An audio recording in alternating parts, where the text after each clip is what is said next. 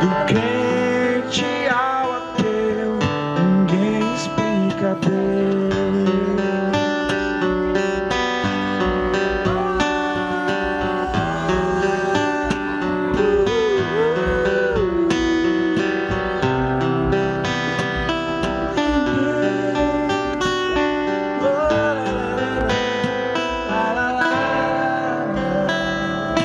Nada é igual ao seu redor,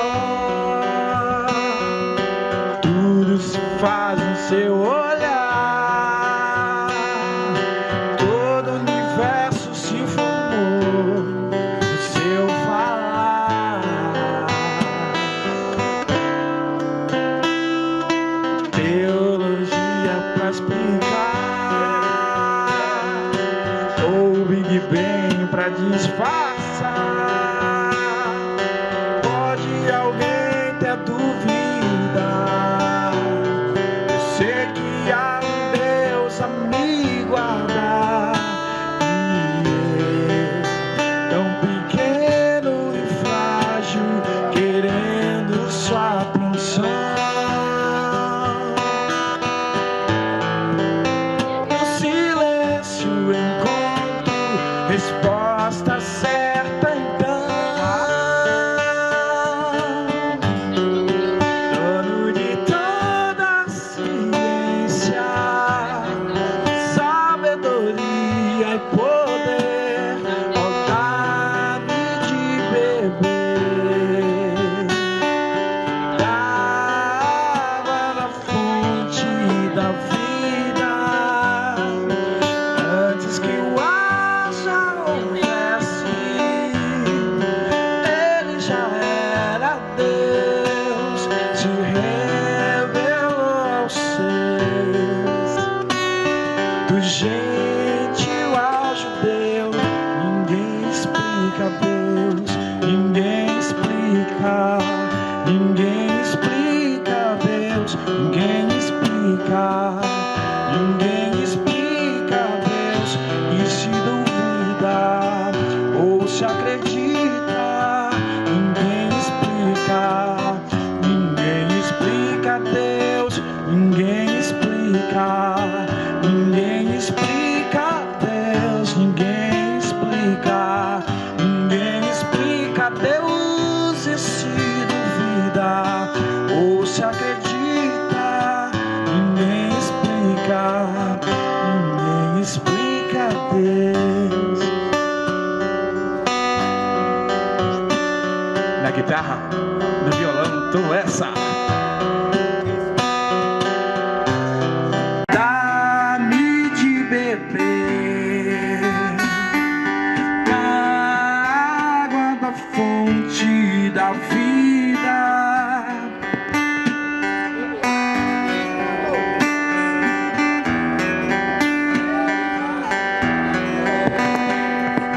revelou aos seus.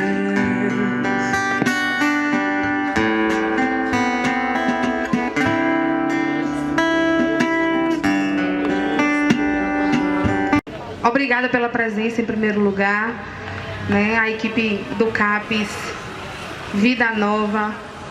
Dá um sinalzinho aí, gente. Tim, dá um sinal.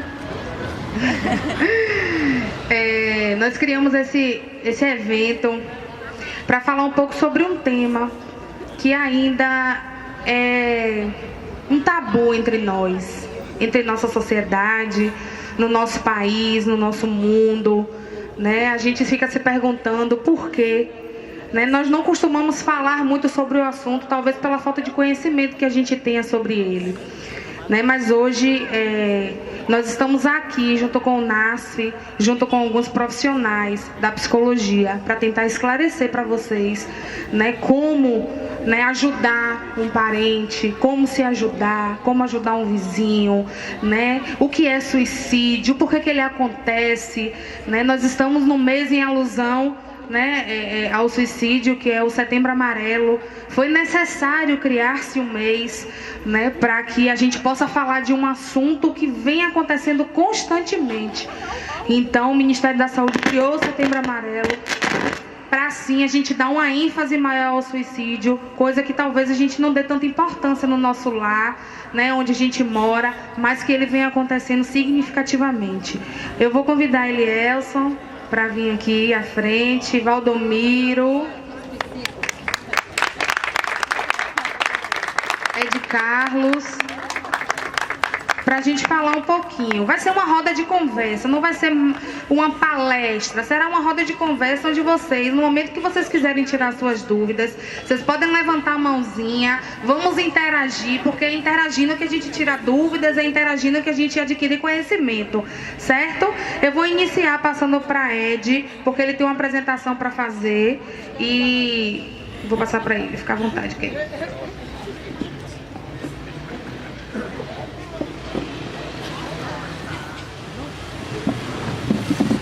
Boa noite a todos.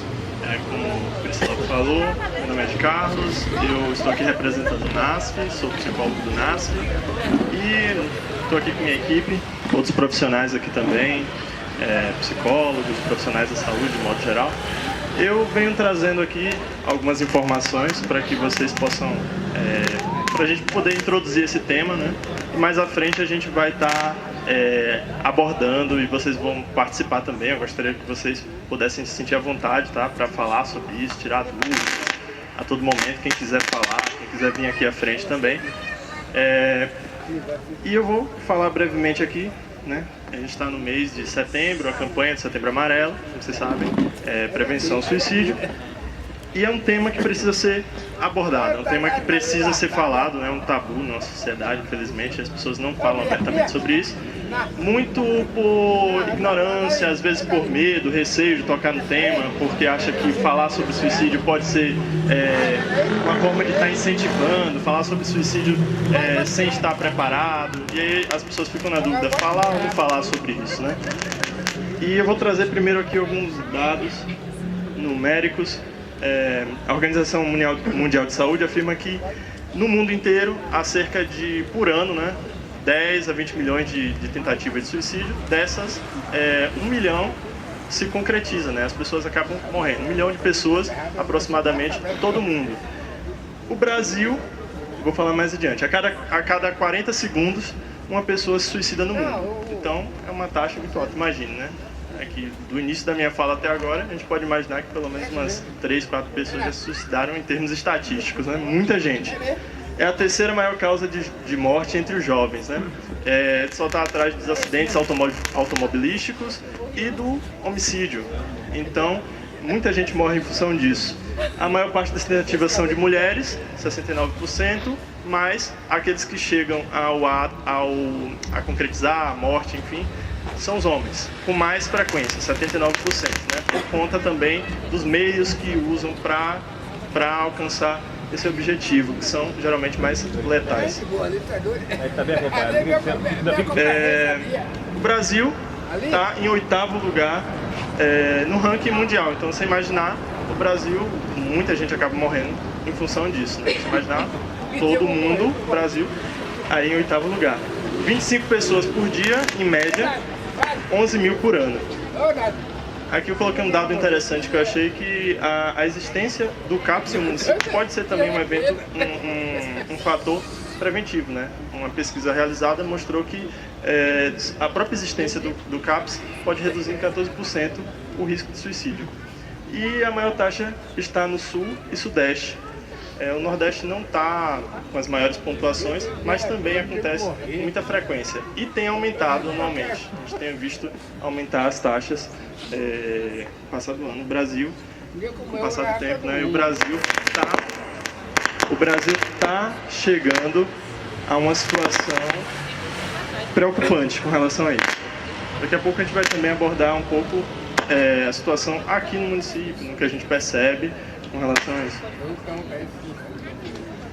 E alguns fatores de risco mais frequentes, né? Não são todos, mas são os principais. Então, geralmente a pessoa que a ideação suicida, ela começa a partir de alguns fatores de riscos que a gente já pressupõe, né? Manifestação de sofrimento psíquico é o primeiro deles, não necessariamente uma pessoa que tem que se suicidar, ela tem algum transtorno mental ou algo do tipo, mas ela pode estar passando, por exemplo, por um transtorno de humor, depressão, bipolaridade, algum problema desse tipo. E também foi revelado um alto índice de pessoas com dependência, né, usuário de álcool, de drogas, enfim. Eu só vou falar rapidamente aqui. Tentativa de suicídio anterior, também é um agravante. Foi mostrado, as pesquisas indicam que boa parte das pessoas que tentam suicídio, a maior parte delas, já tentaram em algum momento antes, né?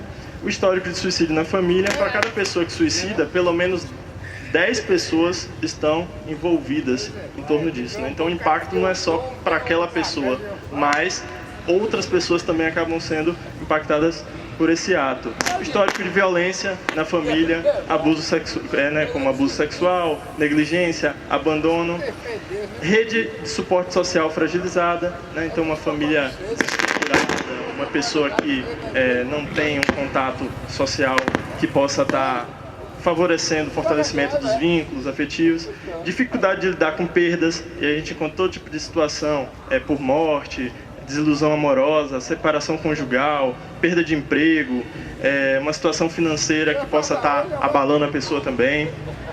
E acesso a meios letais. É mais provável que uma pessoa que tem acesso a meios letais tenha mais chance do que uma pessoa que tem menos contato, né? Por exemplo, uma pessoa que tem um acesso fácil a uma arma de fogo, né? Que é um meio extremamente letal, rápido para chegar ao ato. É muito mais fácil do que uma pessoa que não tem acesso a meios letais de alcançar o ato, né? E aí, assim, alguns alertas, claro que a gente são situações claras, mas nem sempre está muito clara a situação. A gente vai estar falando um pouco também sobre isso, assim, de identificar as pessoas que possam estar com uma ideação suicida. Mas algumas características que a gente pode notar com frequência são essas daí que eu destaquei. E tudo isso, pessoal, eu peguei baseado numa cartilha orientada, e eu queria citar aqui para vocês: a automutilação, práticas autodestrutivas, mudanças marcantes no comportamento e nos hábitos, isolamento social, interesse por sites ou rede social sobre suicídio. Hoje em dia tem muito isso, as pessoas acabam entrando em redes sociais, em meios de comunicação virtual também, e compartilhando informações que possam também estar gerando esse alerta, né? E na adolescência, às vezes, é confundido muito. Algumas características da adolescência podem estar, na verdade, disfarçando uma depressão, né? É típico da adolescência o comportamento mais agressivo, mais impulsivo, mais irritabilidade, mas isso também pode ser uma depressão camuflada, algo camuflado. Então, por isso que é importante ter um olhar um pouco mais sensível para esse tipo de situação, para que a gente possa estar identificando, assim, as situações de vulnerabilidade que podem não ser necessariamente normais da adolescência, etc. Nos idosos, é quando o autocuidado começa a diminuir, e situações de isolamento social, e o aparecimento de uma doença crônica. Tudo isso também pode estar sendo um indicativo de que a pessoa pode sim desenvolver uma ideação suicida. Vou deixar livre aqui também para os outros psicólogos, o pessoal dar uma contribuição. Mais à frente eu acharia interessante que a gente pudesse trabalhar com mitos e verdades, para que a gente possa facilitar a interação de vocês. Alguém gostaria de contribuir nesse momento? Valdomiro, Elielson.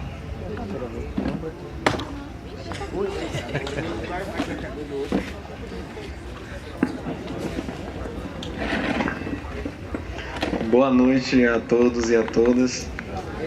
Meu nome é Valdomiro, eu sou psicólogo do Serviço de Convivência, que é vinculado ao CRAS e à Secretaria de Assistência Social. Funciona na Rua Santa Luzia, próximo ao CAPS. Quem não conhece ainda, eu convido a conhecer. É um espaço onde são realizados grupos com jovens, com idosos, com mulheres. Então a gente tem grupo de dança, tem grupo de boxe, tem oficina de corte e costura, e funciona de segunda a sexta. Falar um pouco da minha experiência. que leva também a esse tema. Eu trabalho muito com um grupo de jovens e adolescentes, como o colega de Carlos falou, é um grupo que traz muito essa questão do suicídio. Em um grupo, para se ter exemplo, em um grupo com 14 pessoas, desse grupo, 8 pessoas, em um grupo que a gente fez lá e trouxe esse tema, de um grupo de 14 pessoas, 8 se automutilavam. E aí é um número muito alto. E na maioria das vezes os pais não têm ideia que isso acontece. Então uma menina chegava para mim e dizia: eu me automutilo na virilha, que é um local que ninguém vai ver. Então ela chegava em casa e quando você vai ver o motivo, é um motivo que pra gente parece ser algo besta. Então muitas vezes é porque não se acha bonita, a autoestima tá baixa, ou então porque o pai ou a mãe é muito controlador na visão dela. Então um evento como esse realizado pelo CAPS é muito importante, porque já foi tocado isso, mas eu volto a falar, o suicídio é um tabu ainda.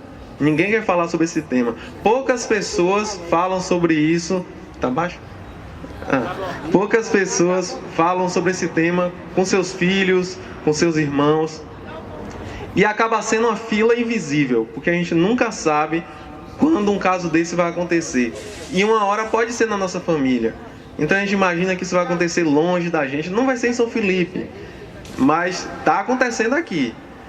Uma hora vai ser com alguém. E tem acontecido, há pouco tempo teve um. E aí a gente começa a buscar explicações, por que isso aconteceu. Eu só não quero, eu não digo nem enquanto psicólogo, mas enquanto cidadão, enquanto irmão, enquanto pai, pensar assim, depois que aconteceu na minha família ou com um amigo, pensar o que eu poderia ter feito. Então muitas vezes acontece isso. Muitas vezes um amigo seu ou alguém da sua família está passando por uma situação, a gente vai ver em mitos falando sobre isso, está passando por uma situação que para você é uma situação besta, uma situação comum, e para aquela pessoa é uma situação importante. Aí você diz: não, ela está querendo chamar a atenção, ela é dramática, então vamos prestar mais atenção. Para eu não tomar muito tempo, eu vou passar para a Elielson, depois eu dou mais contribuições. Boa noite a todos. Eu sou Elielson, eu trabalho na educação, NAP é Núcleo de Apoio Pedagógico. E assim, eu tenho que parabenizar, né, o CAPS por essa iniciativa que é tão importante, tão fundamental. A gente falar do sofrimento humano, né? Falar do sofrimento psíquico, porque assim, a gente está falando do suicídio, a gente está falando também da valorização da vida, né? Porque é mês de prevenção ao suicídio e valorização da vida.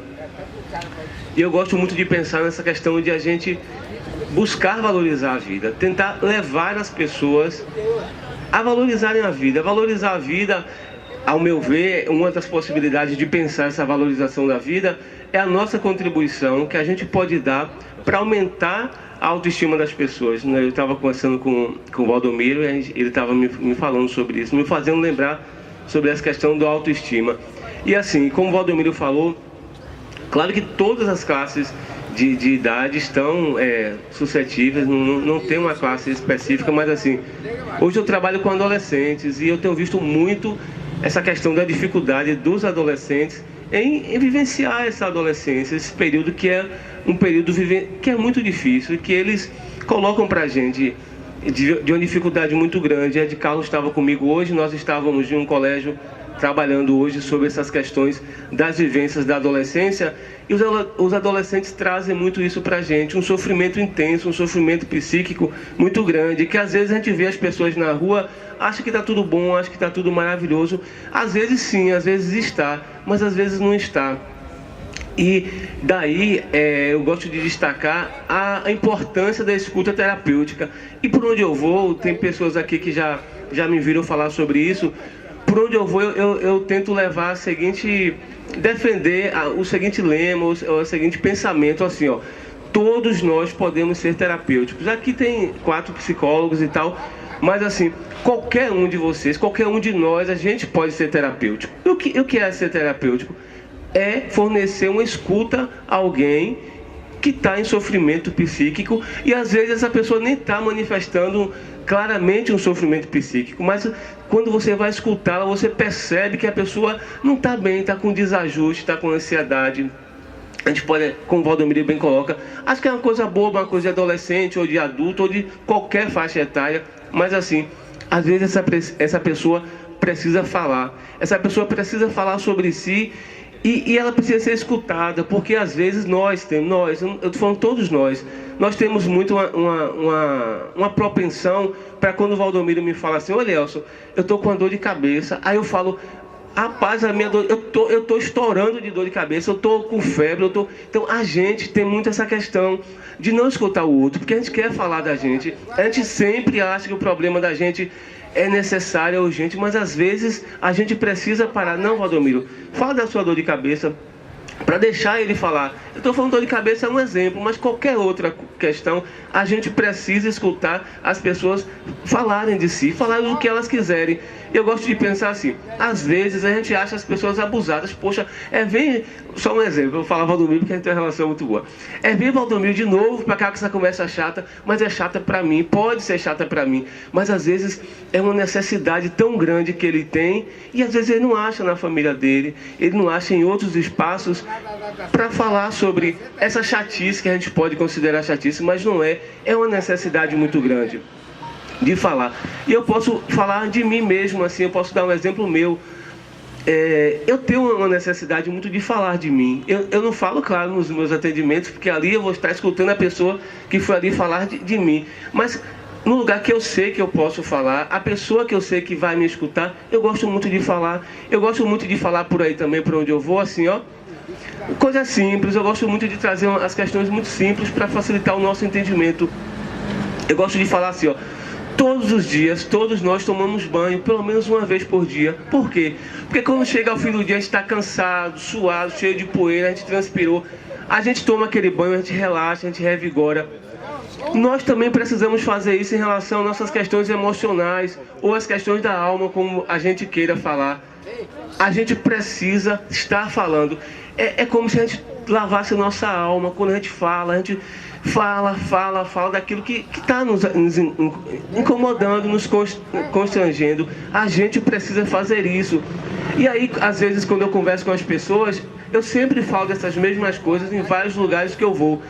E assim as pessoas falam: Elielson, mas eu não encontro, é difícil encontrar pessoas de confiança. Por quê?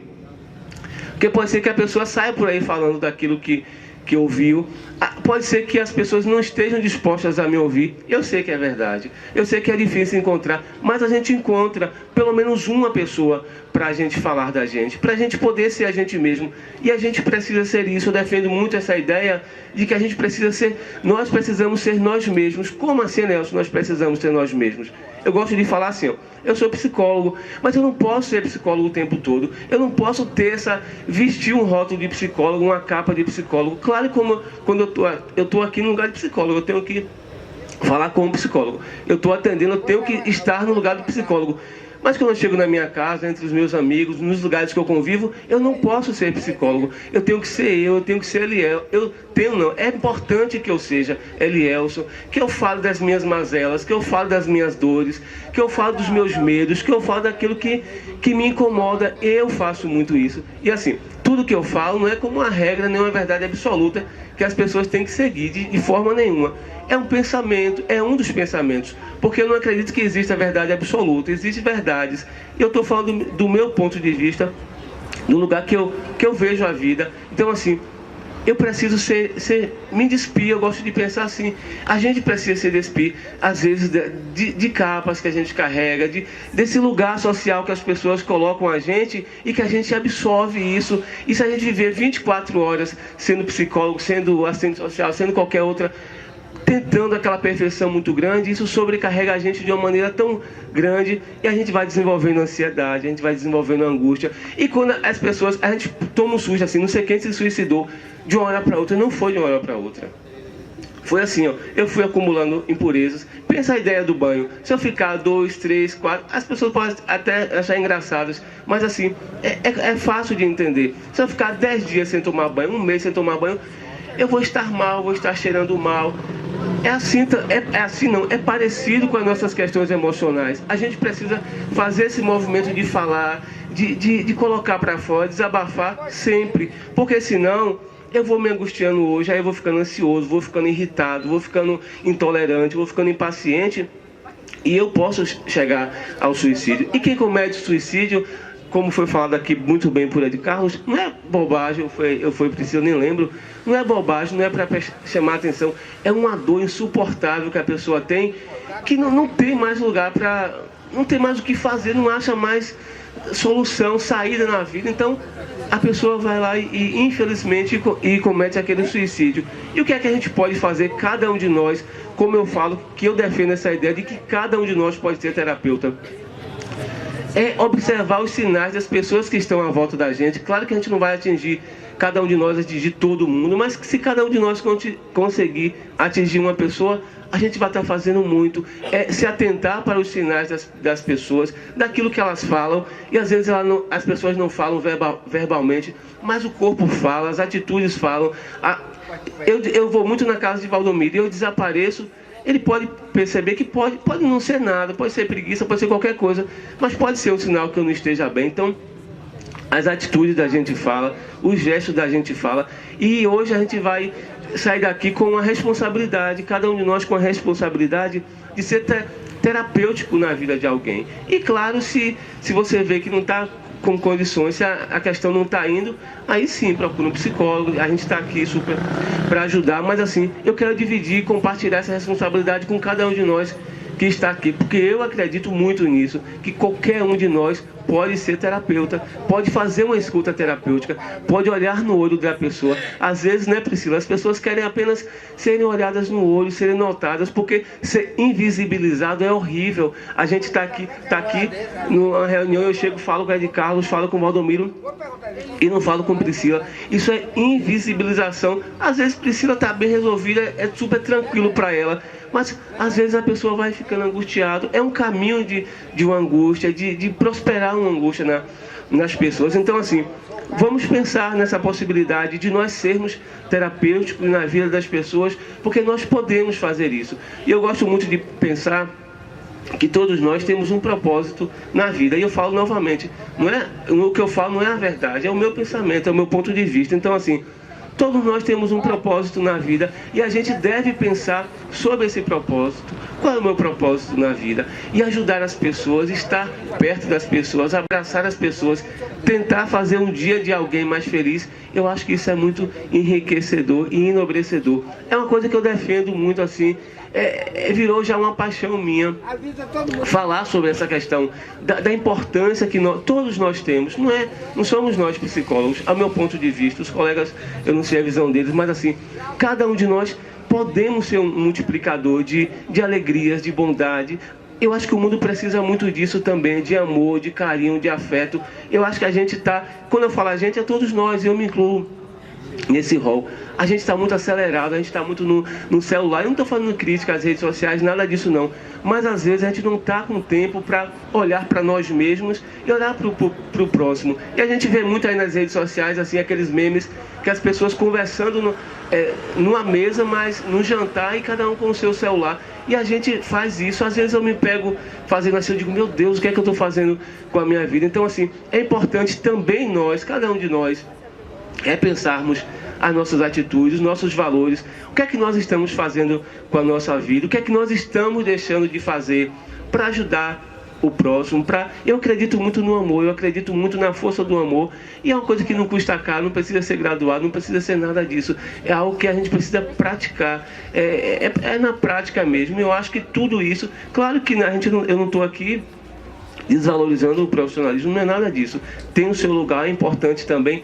Mas assim, o que eu quero enfatizar muito na minha fala é isso. É o poder que cada um de nós tem aqui, todos que estamos aqui, de ser terapêutico na vida de alguém, de fazer o bem para alguém, de ajudar, porque assim, essa questão da autoestima é muito importante. A gente estava falando, não foi, de Carlos, com adolescentes hoje à tarde, e assim, o que é autoestima? É nós gostarmos de nós mesmos, é eu gostar de mim mesmo. Mas se eu passo toda uma vida, as pessoas falando para mim coisas negativas a meu respeito, é muito difícil eu gostar de mim mesmo. Aí provavelmente eu vou desenvolver uma autoestima negativa. Mas nós podemos fazer a diferença na vida das pessoas. Nós podemos ajudar as pessoas a construírem autoestimas positivas. Eu sei que não é tão fácil assim, E também não é utópico a minha fala, mas é possível, só que a gente precisa escolher, a gente precisa decidir, e a gente precisa fazer. Eu acho que também esse espaço é para convocar a gente para fazer algo por nós mesmos e pelo próximo, pela pessoa que está próxima de nós, porque Valdomiro falou, e eu compartilho desse pensamento, a gente não pode pensar em fazer alguma coisa depois que acontece um incidente com a nossa família. E o número é muito alto, eu nem sabia que era tão alto assim. 25 pessoas no Brasil se suicidam por dia, né? Então, é um número muito alto e prova que nós precisamos falar, nós precisamos conhecer, nós precisamos falar. E é tão importante que tem o mês de Setembro Amarelo, porque é necessário nós falarmos sobre a prevenção do suicídio e a valorização da vida. Eu acho que também a valorização da vida é uma questão muito chave, é uma chave. Por quê? Porque quando a pessoa comete suicídio é porque ela não consegue ver valor na vida dela. A vida da pessoa está horrível, assim. Eu tenho contato com algumas pessoas e eu tenho contato com uma pessoa que ela me fala um pouco dessa questão, dessa vontade de cometer suicídio, e assim você fica ali, meu Deus, você se sente até impotente diante da pessoa, porque a pessoa traz um monte de argumentos. É como se a vida dela ficasse muito cinza, sem cor, sem graça, sem brilho, e a única saída para essa pessoa é o suicídio. Aí, daí a nossa responsabilidade de tentar fazer alguma coisa por essas pessoas, para nós sermos, nós semearmos amor. Eu acho que eu gosto muito de pensar nisso. Por hora a minha fala, depois se houver oportunidade e tal, eu posso falar, mas por hora é a minha fala.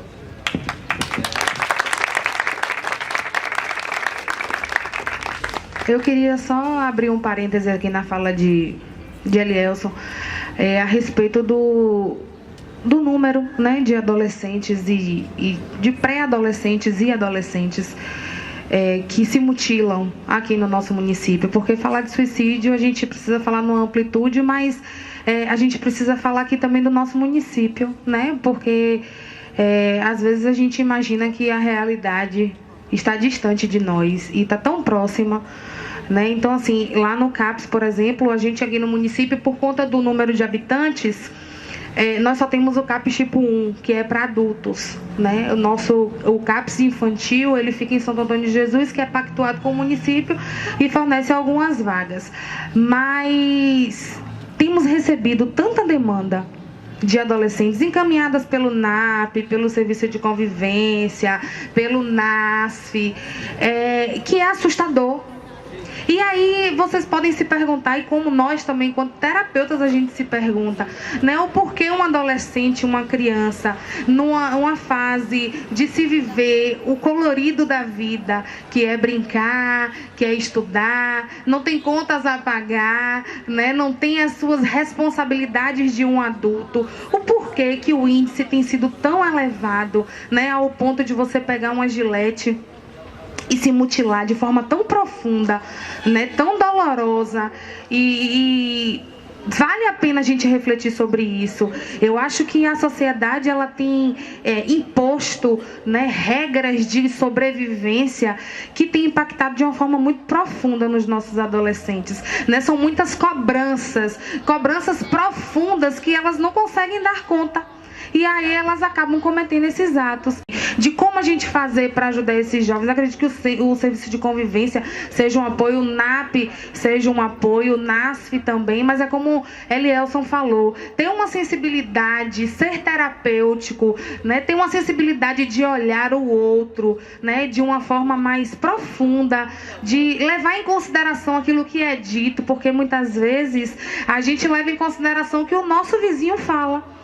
Né? O nosso vizinho está cheio de dores, tentou ali o suicídio ou está com uma depressão profunda, a gente chega em casa estarrecido. Nossa, como fulano de tal está deprimido, fulano de tal precisa de ajuda, mas às vezes tem alguém dentro da nossa casa precisando de ajuda e a gente não se dá conta disso, né? A gente acha que é uma bobagem, principalmente quando trata-se de crianças e adolescentes, né? Nossa, deixa de frescura, menina, né? Você com a vida dessa não tem nada, não faz nada, só faz ir para a escola. e voltar para casa, não tenho com que se preocupar. Não, a gente precisa ter um olhar mais profundo, uma sensibilidade maior de entender quando aquele outro precisa de ajuda. E tem precisado bastante. Adolescentes precisam ser escutados, né? Não só por nós, terapeutas, eles precisam ser escutados pelos pais. Vocês precisam passar, vocês que são pais, né, para os seus filhos um entendimento, né, de convivência, né, uma educação baseada nas raízes de vocês, porque hoje a educação ela tem sido como algo global. Todo mundo vive uma mesma educação de redes sociais, uma mesma educação baseada, parece um bocado de robozinho, né? Um robozinho que cada um faz as mesmas coisas, porque o outro faz, eu tenho que fazer. Então tentem dar aos seus filhos aquela educação que vocês têm de raiz, aquela criação que vocês têm, e tentem passar para eles, né, como é viver numa sociedade, os objetivos, né, de viver em uma sociedade, de se relacionar com outras pessoas. É muito importante isso. Então eu queria só abrir esse parêntese aqui quando ele só fala do número de adolescentes, porque para mim tem sido assim assustador, né, receber no CAPS tantos adolescentes que tentam, e se eles não forem escutados e não tiver um tratamento adequado para eles, eles uma hora irão cometer, né? Então vamos ficar atentos e vamos ceder o nosso ouvido ao outro e amar mais. Boa noite, pessoal. A amiga me deu uma ideia aqui. Rapidinho eu peguei emprestado uma folha do caderno do rapaz ali, porque tem muita gente tímida aqui. Provavelmente vai levar dúvida para casa. E esse não é o objetivo.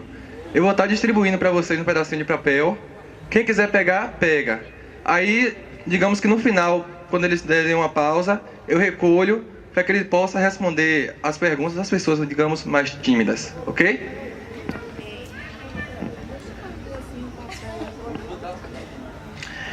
Vou tentar falar um pouco mais alto agora. Um pouco mais próximo, para que vocês possam me ouvir melhor.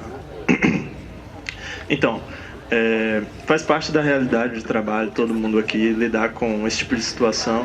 Eu também fiquei surpreso, eu não imaginava que tinham tantas pessoas assim, que principalmente o público mais jovem, os pacientes mais jovens, adolescentes, jovens adultos, que lidam com situações que de sofrimento tão grande que o suicídio muitas vezes vem como uma saída, né? Porque como a gente ouve falar, isso é uma realidade, o suicídio não é uma tentativa de pôr um fim na vida, mas é uma tentativa de pôr um fim no sofrimento. Na verdade, é quando não resta outras opções, é que o suicídio vira uma opção. E não é uma pessoa não acorda bem de uma hora para outra e diz assim, poxa, não tenho nada para fazer, vou me suicidar. Geralmente essas pessoas são pessoas que passam por uma situação de sofrimento muito grande, são pessoas que convivem com uma situação de desamparo, são pessoas que precisam ser escutadas, e frente a esse momento elas não encontram uma assistência, um acolhimento. Isso é importante falar porque às vezes os sinais eles podem ser sutis, porque não necessariamente a pessoa chega e diz para você, eu quero me matar. Não necessariamente a pessoa chega para você e diz assim, olha, eu vou pôr um fim na minha vida, mas você pode identificar isso nas entrelinhas. Às vezes a pessoa ela começa a falar coisas, por exemplo, a vida não tem mais sentido, não tem mais propósito. Então, tem os 3D, né, que a gente costuma falar. A dor, o desespero e a desesperança. Então, quando a pessoa ela chega a um momento de desesperança, que é aquele momento em que ela olha assim, olha, eu estou numa situação tão ruim, numa situação tão amarga na minha vida, que eu acho que não tem mais saída. Então, diante desse tipo de conflito, de situação, ela pensa assim, poxa, já que não tem saída para minha vida, não encontro um horizonte, então o suicídio é uma opção para mim. E ela está submersa num mar tão profundo de tristeza, de angústia, de desesperança, que para ela naquele momento, sozinha, não vai ser capaz de enxergar uma saída. Então, de repente, ela até sinaliza isso de uma forma clara ou bastante evidente, pode ser falando diretamente, ou numa rede social, ou se isolando. Mas o que acontece? As pessoas às vezes até identificam esses sinais, mas ficam receosas. Como é que eu vou chegar? O que é que eu vou fazer diante de uma pessoa que chega para mim e diz assim: eu quero me matar, eu já sei como eu vou fazer, já tenho tudo planejado, eu vou chegar ao ato. As pessoas não sabem como agir nesse tipo de situação.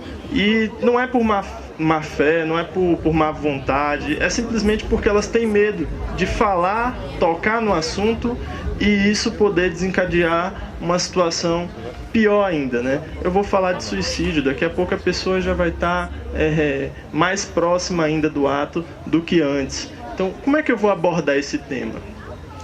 Alguns autores dizem que diante de uma situação em que a gente lida com o insuportável, nós buscamos 3 atitudes, geralmente, né?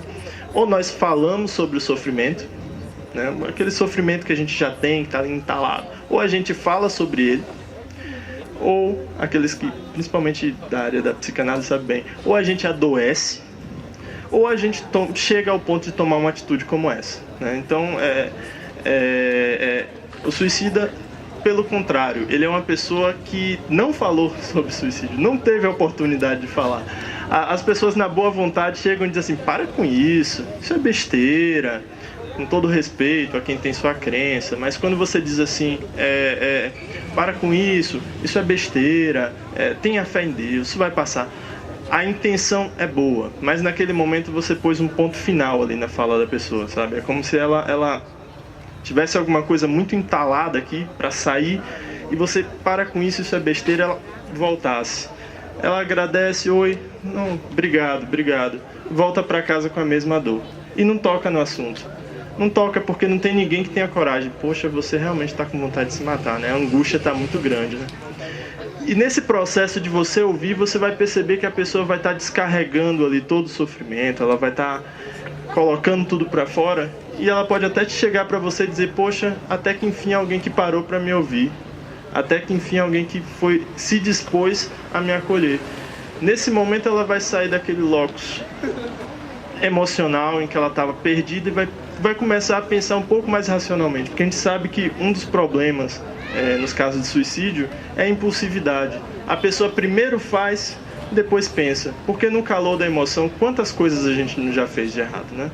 Quando estamos irritados, quando estamos nos sentindo perdidos frente a uma situação, primeiro a gente faz, depois que descarrega tudo aquilo, que a gente já está, né, um pouco mais tranquilo, sangue mais frio, né, como costuma dizer, aí a gente pensa: poxa, olha o que eu fiz, olha o que eu falei, olha que atitude eu tomei.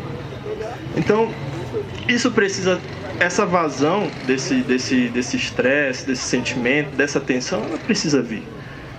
Ela precisa vir. Você, não necessariamente você vai estar concordando com a pessoa quando você escuta uma pessoa que está falando que quer se matar.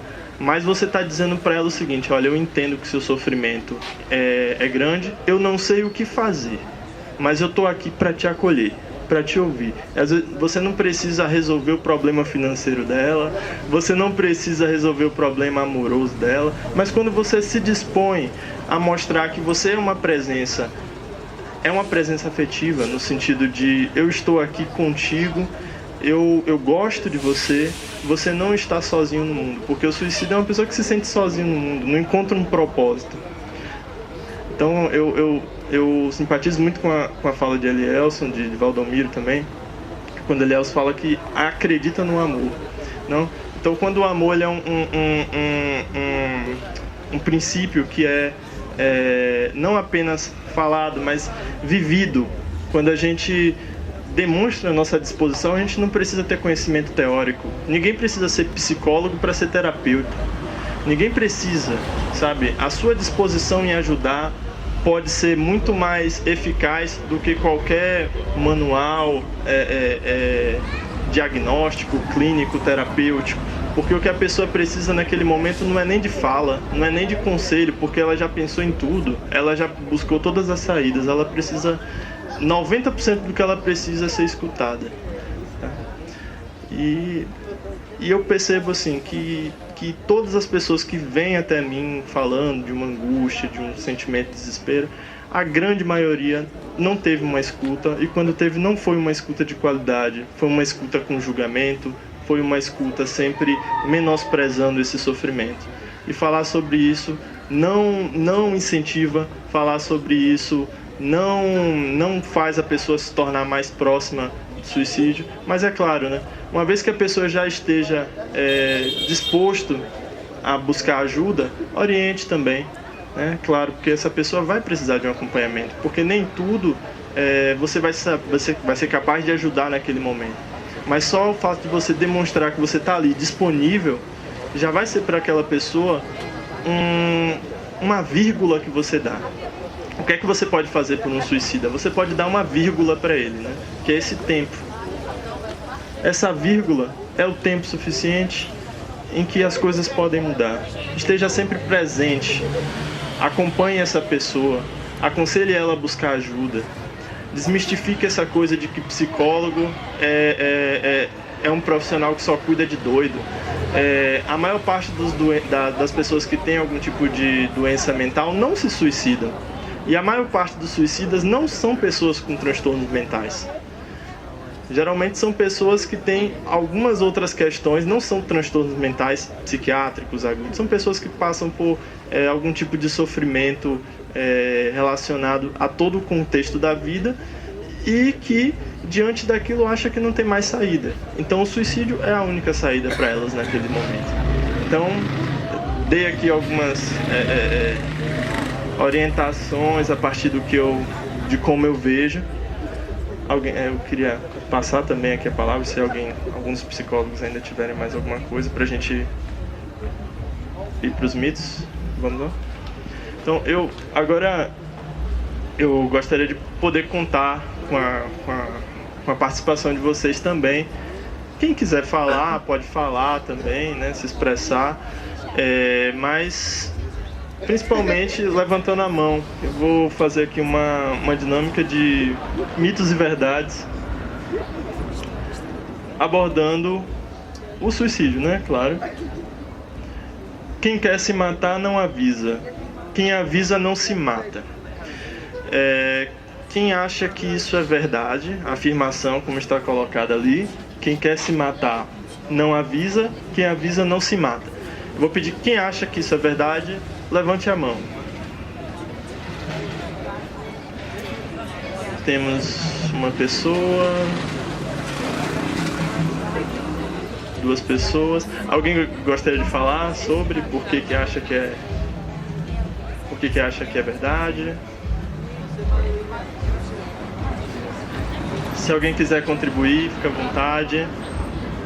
Quem acha que quem quer se matar não avisa, quem avisa não se mata? Quem acha que isso é mentira? Só para eu ter uma noção. Mais pessoas aqui se expressaram, né? Então eu vejo que a maioria, né? Quer dizer, a maior parte na verdade não se expressou, mas a maior parte dos que se expressaram acham que isso é um mito. E aí? Alguém gostaria de falar alguma coisa sobre? Não? A família deixar parente em casa e não ter condições de criar e dar outra pessoa e se a pessoa se matar, o errado que é? Sim. Muito bem. É uma pergunta, na verdade. Então. Na verdade, eu não gosto de pensar um errado na causa do suicídio, né? Eu não gosto de partir dessa perspectiva, né? Na verdade, eu acho que o suicídio, ele na verdade, não existe um único fator de culpa, né? A pessoa que chega ao ponto de querer se suicidar é uma pessoa que está num estado de sofrimento muito grande, né? Agora, a gente não pode culpar o que levou ela a chegar a esse estado, porque, infelizmente, as pessoas multiplicam aquilo que tiveram, né? Então, às vezes, a própria ignorância, a própria dificuldade de saber como agir, dificulta as pessoas de tentar acolher, de tentar cuidar da pessoa em sofrimento, né? Então a gente não pode generalizar e buscar culpados nesse tipo de situação. Mas e aí? A maioria diz que não. Alguns dos psicólogos gostariam de falar sobre quem se mata não avisa, quem quer se matar não avisa, quem avisa não se mata. Algum de vocês? Sim. Porque a família sempre se preocupa de quem é a culpa. E sempre a culpa é da família. É do pai, é da Sim. por falta de atenção. Sim. Boa pergunta, né? Por que a família sempre procura quem é o culpado e a culpa sempre recai sobre a família, né? Sobre o pai, sobre a mãe que não dá atenção. Então, alguém gostaria de falar sobre isso?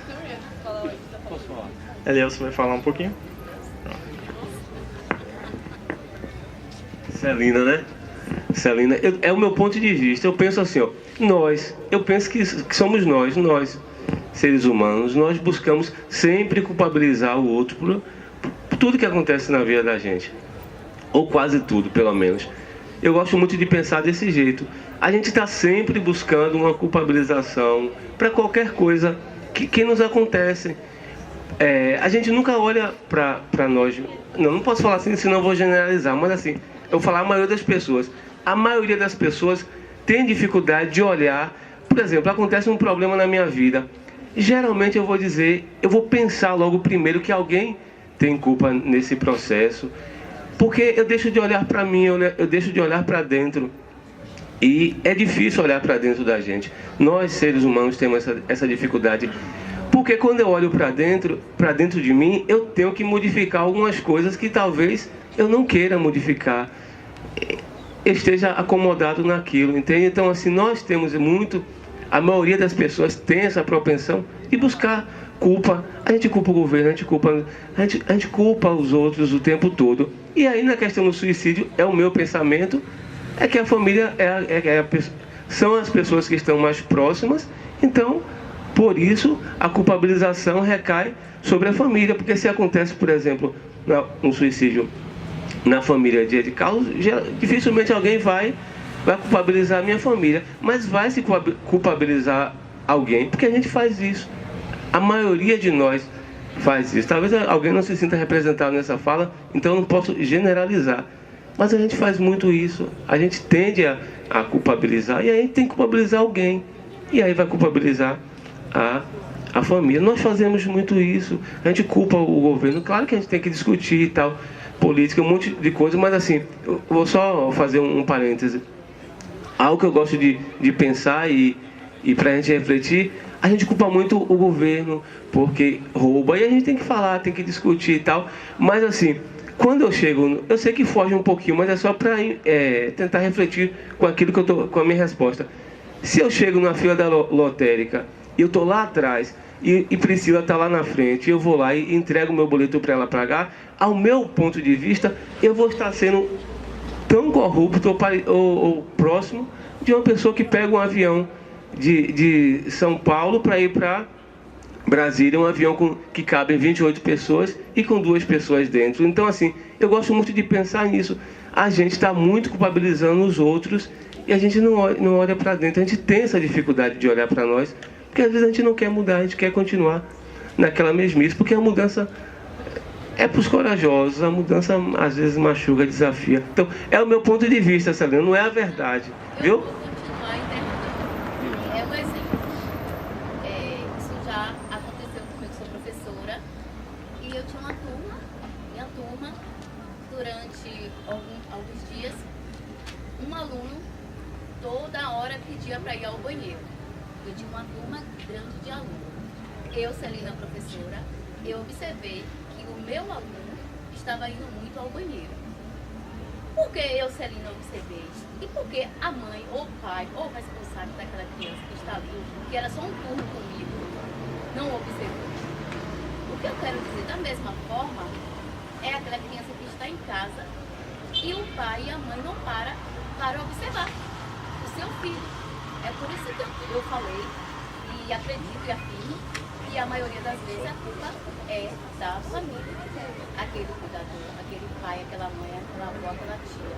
E não para, e às vezes quando para e percebe, se cala e dá ameaça à criança.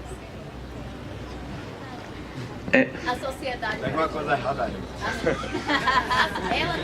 A família tem medo que a sociedade saiba que o filho dela, o filho ou a filha está precisando de ajuda. Então, qual é a diferença do professor? Aqui não só tem Celina, a professora, tem vários. Eu estou mentindo, colegas. Porque nós, professores, temos esse olhar sensível, diferencial, de cuidado. E por que o pai ama? Aí não dá para saber, infelizmente. O que eu posso fazer é parabenizar você e os outros professores que têm esse olhar sensível. Mas infelizmente a gente não pode saber por que essa pessoa, esses pais não têm esse olhar sensível. Não saber lidar com a situação. É a mesma coisa que a gente está falando aqui, né? De suicídio. Muitas vezes a gente não fala por falta de conhecimento. Às vezes os pais não ajudam os filhos por não saberem lidar. Não saberem lidar com o comportamento do filho, com a alteração, né, de comportamento, com a mudança de comportamento, com aquela situação que ele leva para casa, né? É não saber lidar. E às vezes você se cala, né? Você omite por não saber lidar e por ter o preconceito de buscar ajuda. Porque é como o Ed Carlos falou, psicólogo não é só para loucos, né? Todos nós precisamos... ou se fosse tão bom que estivesse no município tantos psicólogos para toda a população fazer uma terapia, seria maravilhoso, né? Mas infelizmente não é possível. Então, assim, é não saber lidar mesmo. No meu ponto de vista, eu acredito que a gente deixa de falar sobre algo quando a gente não sabe falar sobre aquele algo, né? Então, ajudar um adolescente, uma criança que tem um comportamento alterado, você precisa se aprofundar. Quando você não sabe desse conhecimento, você não sabe daquilo que ele traz para casa, você precisa buscar ajuda, né? Eu tenho essa experiência lá no CAPS de muitas mães, muitos pais que chegam lá para buscar ajuda, dizem assim, ó, ele não é louco não, ele não precisa disso, né? Tá lá, tá indo para o atendimento, tá indo para terapia, mas ele não precisa disso, né? Então fala até para nós assim que temos até uma sensibilidade de entender, né, quando o outro precisa. Então assim é quebrar mesmo esses rótulos, esses paradigmas que às vezes a gente cria na nossa sociedade e ter um olhar, né, principalmente os pais. Eu entendo a fala de Celina quando ela diz a culpa sempre recai sobre os pais.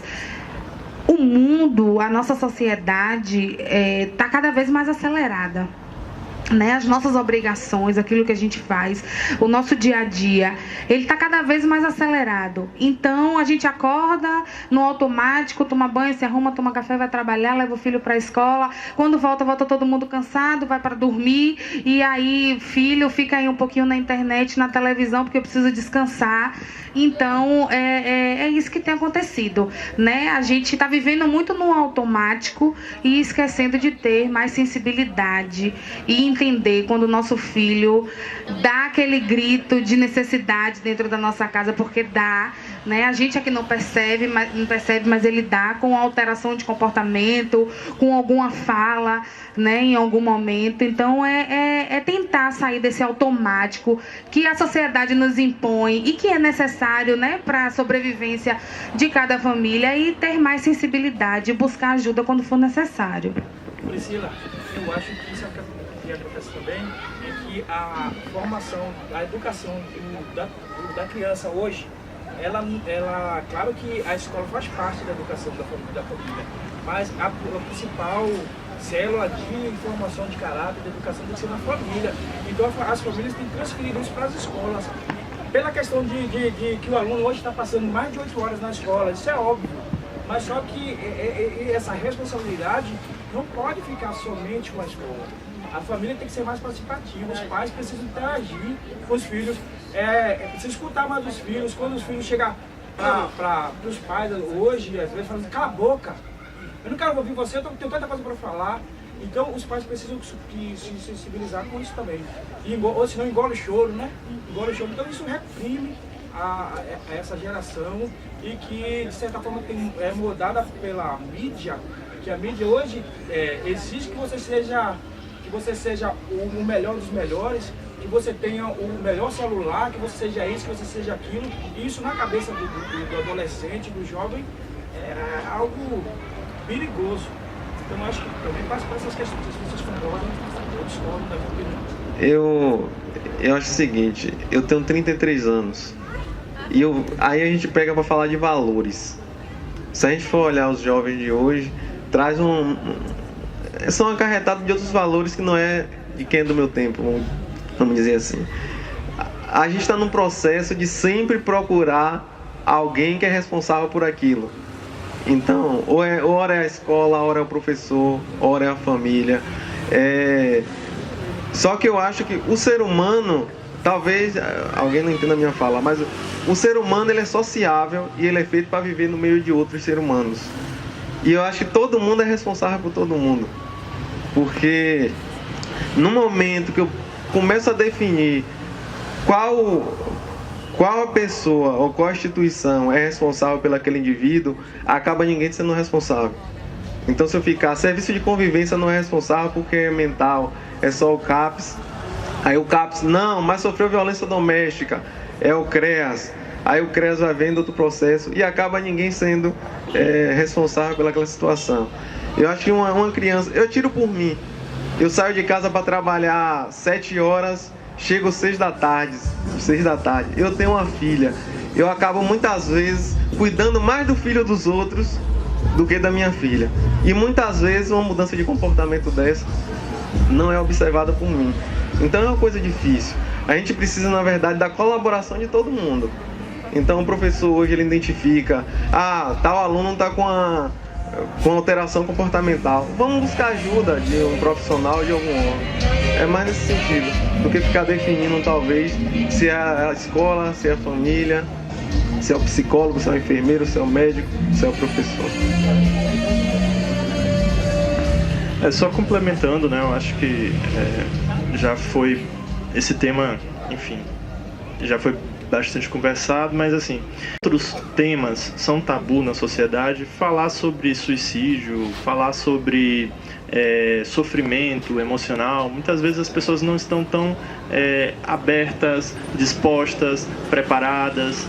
Então nem sempre é o pai ou a mãe que não vê, e nem sempre a gente pode julgar também dizendo que é uma falta de preocupação, nem sempre a gente pode julgar que a família quis que aquilo se agravasse, acontecesse. Eu acho que cada caso é um caso, e toda generalização ela acaba sendo errada nesse sentido, né? Às vezes a pessoa não sabe nem como abordar, não desenvolveu uma intimidade com esse filho, e também é uma pessoa que precisa de ajuda, precisa estar aprendendo, porque muitas vezes essa dificuldade que ela tem de se relacionar também é fruto de uma educação que ela teve e que o pai dela provavelmente também não tinha essa facilidade. Então, assim como o suicídio é um tabu sexual, ou um tabu social, a sexualidade é um tabu social também.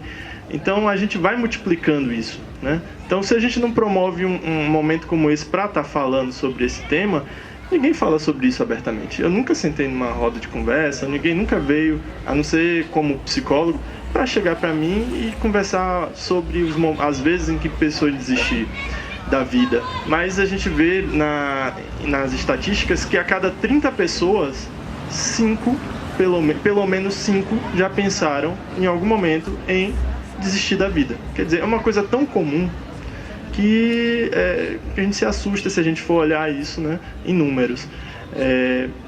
Mas é uma coisa que ninguém fala. É uma coisa que não se conversa. Assim como sexualidade, assim como outros temas que são tabu. Isso também é uma questão social. Mas, assim, existem muitos fatores envolvidos. E por existirem muitos fatores envolvidos, não é legal a gente generalizar, dizer que é a família ou que é uma coisa só. Essa é a minha opinião. Agora, só me atendo à questão específica, vamos ver aqui. É um mito. Quem quer se matar não avisa, quem avisa não se mata. Gente, como a gente bem falou aqui, já foi falado em alguns momentos, algumas contribuições, de alguma forma a pessoa avisa. Nem sempre a pessoa vai dizer, eu quero me matar. Mas o sinal disso pode vir através até de uma ausência de fala. Uma pessoa que começa a se isolar, pode ser uma pessoa que começa a falar coisas estranhas, uma pessoa que muda de hábito repentinamente. Uma curiosidade, às vezes foi mostrado em pesquisas que o suicídio pode acontecer num período de melhora do indivíduo, né? Você imagina uma pessoa com depressão, passou por um período de melhora, você vê a pessoa aparentemente bem, né? Porque é tudo aparente, né? E ela se suicida logo depois, aí você fica com aquele questionamento, mas por quê? Se aparentemente ela estava melhor. Às vezes, a própria decisão de pôr um fim na vida, a própria decisão de chegar ao ato, pode ser para aquela pessoa apaziguador momentaneamente, porque ela disse assim, olha, agora já sei, vou resolver meu problema. Então, a gente não pode cair em alguns erros, né? Em alguns pensamentos prontos que a gente acaba multiplicando e que acaba prejudicando a situação. Então as pessoas dizem, tá falando de suicídio, isso daí é só para chamar atenção. Agora imagina, né? A pessoa buscar um método tão arriscado só para chamar atenção, né? Então, essas ideias de suicídio é uma forma de chamar atenção. Quem quer se matar não avisa, você vai lá e se mata e pronto, tá ali falando, é porque quer que todo mundo dê atenção. É tudo isso daí que acaba prejudicando e esse tipo de atitude, ao invés de ajudar, só contribui para que, infelizmente, o número de casos aumente. Eu vou tentar ser um pouco mais objetivo, porque a gente ainda tem algumas questões aqui, por conta do tempo também, para que a gente não acabe tornando desgastante, mas se algum de vocês quiserem falar também, podem ficar à vontade. Falar sobre o suicídio, incentivo o ato, rapidinho aqui. Quem acha que sim, levanta a mão, por favor. Muito bem, ninguém levantou a mão. Quem acha que não, só para eu ter uma noção da participação aqui. Todos os que levantaram a mão disseram que não. E a gente já falou isso, né, bem claramente. Diante de um estado de sofrimento insuportável, a gente sabe que o indivíduo ele tem 3 saídas, né? Falar, adoecer ou partir para uma situação como suicídio, por exemplo. Então, falar não incentiva. Pelo contrário, falar sobre o suicídio com uma pessoa que está num estado de sofrimento e tal, e que precisa ser escutada, que para ela aquela angústia está insuportável e ela precisa de alguém para ouvi-la, pode ser inclusive um fator preventivo. Não significa que vai ser completo, que vai ser total, que vai resolver a situação. Essa pessoa obviamente vai precisar de um amparo profissional, vai precisar de um direcionamento, mas naquele momento pode ser preventivo. É aquela vírgula que a gente dá à situação da pessoa, né? É até curioso essa questão da falar sobre o suicídio, incentivo o ato, né? Eu faço um grupo lá no CAPES, um grupo terapêutico, e quando a gente começa a falar sobre esses assuntos e a gente vai a fundo na questão emocional, a gente fala de depressão, de ansiedade e até mesmo do suicídio, você indiretamente consegue entender algumas questões, né? O não verbalizar, né? Você conseguir entender um olhar, você conseguir entender uma expressão. E semana passada mesmo a gente estava fazendo um grupo e eu fui falar sobre o suicídio e algumas pessoas se derramaram em lágrimas no grupo, né? Então é uma forma da gente entender, né, que existe um desejo, ou suprimido ou não, mas existe, e ele precisa ser falado sim, esclarecido sim e ajudado, né? Então isso não acontece só numa roda de conversas de um grupo terapêutico, isso acontece em roda de amigos, em reuniões familiares e enfim. Aqui outra questão para a gente refletir aqui. Quem tentou uma vez pode tentar novamente? Já abordamos aqui, já foi contemplada essa questão nas nossas falas, mas e aí? Quem acha que sim, levanta a mão. Ok. Quem acha que não? Ninguém se posicionou. Então, é um fator de risco. É o segundo fator de risco, maior fator de risco, né? A gente fala que são as pessoas que já tentaram. Porque o maior percentual de pessoas que chegam a cometer suicídio são pessoas que já tentaram em algum momento, né? Então, essas pessoas que já tentaram, elas são as que precisam de mais assistência, né? Porque o risco de reincidência é muito grande, tá? Porque, basicamente, a grande maior parte das pessoas que chegam ao ato já tentaram em algum momento da vida. Alguém gostaria de falar mais sobre isso? Ok. Verdade. Vamos lá. Se alguém que pensava em suicídio parece melhor, não significa que o risco passou. Então, alguém pensava em suicídio, mas nesse momento parece que está melhor, assim, deu uma animada, você vê, poxa, estava tão cabisbaixo, estava desanimado e agora está tranquilo. E aí, o risco passou? Quem acha que sim, levanta a mão, por favor. Quem acha que não, por favor, levante a mão. Ninguém levantou a mão pro sim, né? A gente também já contemplou isso. A gente falou que muitas vezes a melhora pode ser por um estado de tranquilidade momentâneo, até por conta da paz, do sentimento de tranquilidade que a pessoa tem ao chegar à decisão, mas não necessariamente significa que ela não vai chegar ao ato. Uma contribuição? Eu vou fazer uma contribuição em relação a esse enunciado. Eu já vi uma explicação que é possível também em relação a esse enunciado, que a pessoa às vezes quando melhora comete suicídio porque ela estava tão deprimida, tão angustiada, que ela não tinha nem energia para cometer o suicídio. E aí quando ela melhora, ela tem essa energia, ela consegue ir fazer a passagem ao ato. É uma explicação possível que eu tive contato.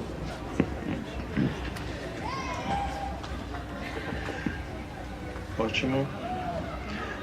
Boa explicação, Elielson também. Boa contribuição. Vamos lá. Todo suicida é um doente mental. Quem acha que sim, levanta a mão.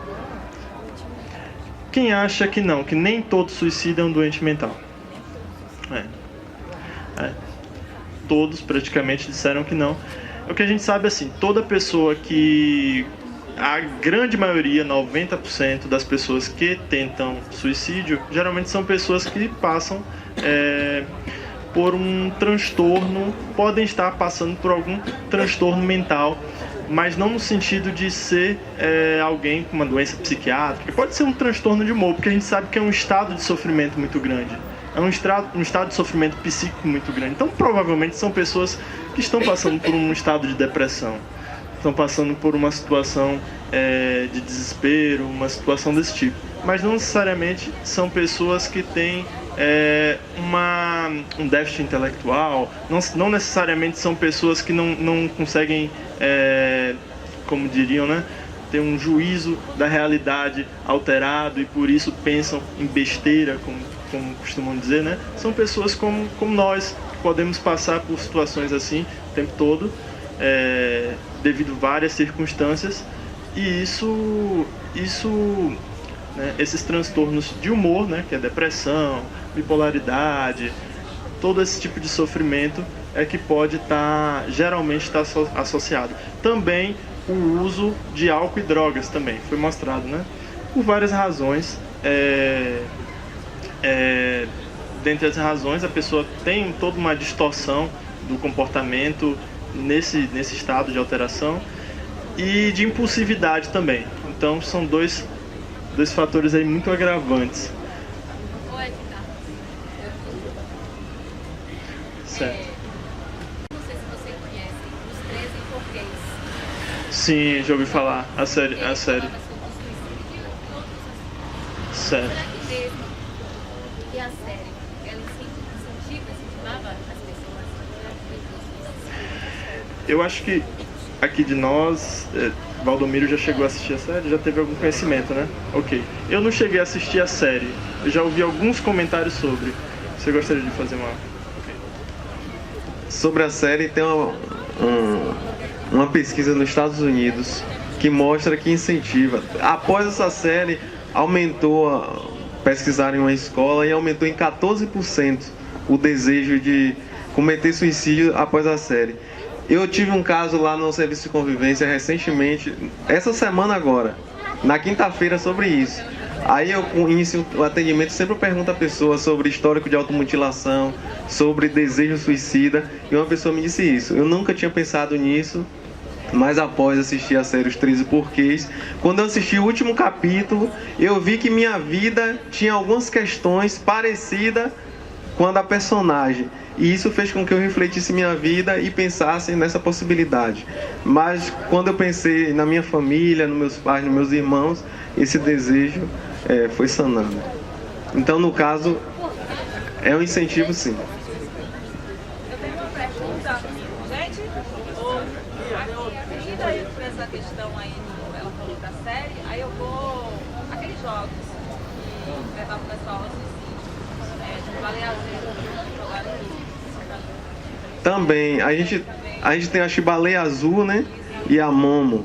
Também são jogos que acabam influenciando. Porque a gente nunca sabe o estado mental de uma determinada pessoa, de um determinado adolescente. Então imagine aquela pessoa que já esteja fragilizado por alguma questão. Ainda tem um incentivo de um jogo, de uma série, acaba influenciando de alguma forma.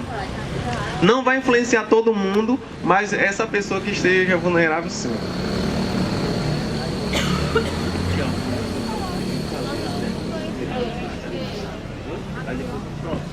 Mas você pode ter dois aqui já. Eu vou ler com você. Eu vou ler uma pergunta porque eu vou pegar o ônibus para a zona rural. Então a pergunta que vem para mim é: como lidar com uma pessoa calada que quase não fala, nem responde minhas perguntas? A gente pode pensar primeiro quem é essa pessoa. É meu marido, é minha esposa, é meu filho, é minha mãe. A gente precisa pensar nisso. Mas independente de quem seja a pessoa, se eu falo, não responde, não se comunica comigo, significa que essa relação de alguma forma está rompida. E isso, pensando no nosso tema suicídio, é um complicador. Como eu sei que aquela pessoa está bem ou está mal se ela não se expressa? Se é através da expressão que eu vou perceber isso. Não dá para dar uma fórmula mágica aqui, é preciso entender esse caso profundamente. Eu sugiro que procure um dos profissionais da rede. Tem psicólogo no CRAS, CREAS, serviços de convivência, NASF, CAPES, que você pode procurar e conversar mais sobre esse assunto, que vai ser um prazer a gente colaborar de alguma forma. Mas aqui agora é difícil dizer assim, uma forma de lidar com isso. O ideal é você procurar um profissional que vai te orientar. Eu vou responder a duas perguntas que chegaram até mim. A primeira fala de uma pessoa que diz que o familiar dela está vivenciando uma doença crônica e conta que essa pessoa está muito nervoso. E é importante que essa pessoa seja avaliada e acompanhada por um profissional, por diversos profissionais e também pelo profissional de psicologia que vai escutar essa pessoa e entender o porquê dessa mudança de humor dessa pessoa. Assim, ela está numa doença crônica, a gente sabe que o processo de adoecimento crônico também afeta o emocional da pessoa. Então, assim, a gente não fica feliz com isso, mas a gente entende que é comum que uma pessoa que esteja com doença crônica também esteja com sofrimento psíquico. E essa pessoa precisa do apoio da família, da escuta da família, que essa família seja acolhedora e também da equipe, do apoio da equipe de saúde. Então tem o NASF, que é de Carlos Trabalha, que é o núcleo de apoio à saúde da família. Eu sugiro que esse familiar vá até a sua unidade de saúde e contacte o apoio do NASF, não só do psicólogo, mas também dos outros profissionais da rede, certo? E a outra pergunta é relacionada ao NAP, se o NAP atende alunos da escola da rede estadual. Infelizmente a gente não consegue, por conta da demanda da rede municipal é muito grande, então a gente teve que priorizar os alunos da rede municipal de ensino. Então nós não atendemos, não conseguimos acolher os alunos da rede particular, nem da rede estadual, por conta da demanda que é muito grande lá no NAP, não é, Rita? Pronto. Tenho aqui duas perguntas, na verdade são duas afirmações, porque a pessoa colocou embaixo verdade. Então aqui tem dizendo, a pessoa não quer se livrar da vida e sim da dor, embaixo tem verdade. Então, como a gente já falou aqui, né? Na verdade o suicídio não é necessariamente se livrar da vida, mas a pessoa busca se livrar da dor e naquele momento ela não encontra uma outra opção. Então você não encontra ninguém que acorda feliz num dia maravilhoso e então diz assim, olha, eu quero me matar porque sim. Então, geralmente isso não acontece. São pessoas que você conversando, você escutando, você percebe que são pessoas que lidam com sofrimento. E o desejo delas é sair dessa situação de sofrimento, né? Então, não é necessariamente uma escolha de se livrar da vida por si só. Mas tem um sofrimento aí mascarado, enraizado e que muitas vezes não é percebido. Muitas vezes as pessoas encontram na internet o apoio que não encontram em casa. Aí aqui embaixo tem verdade.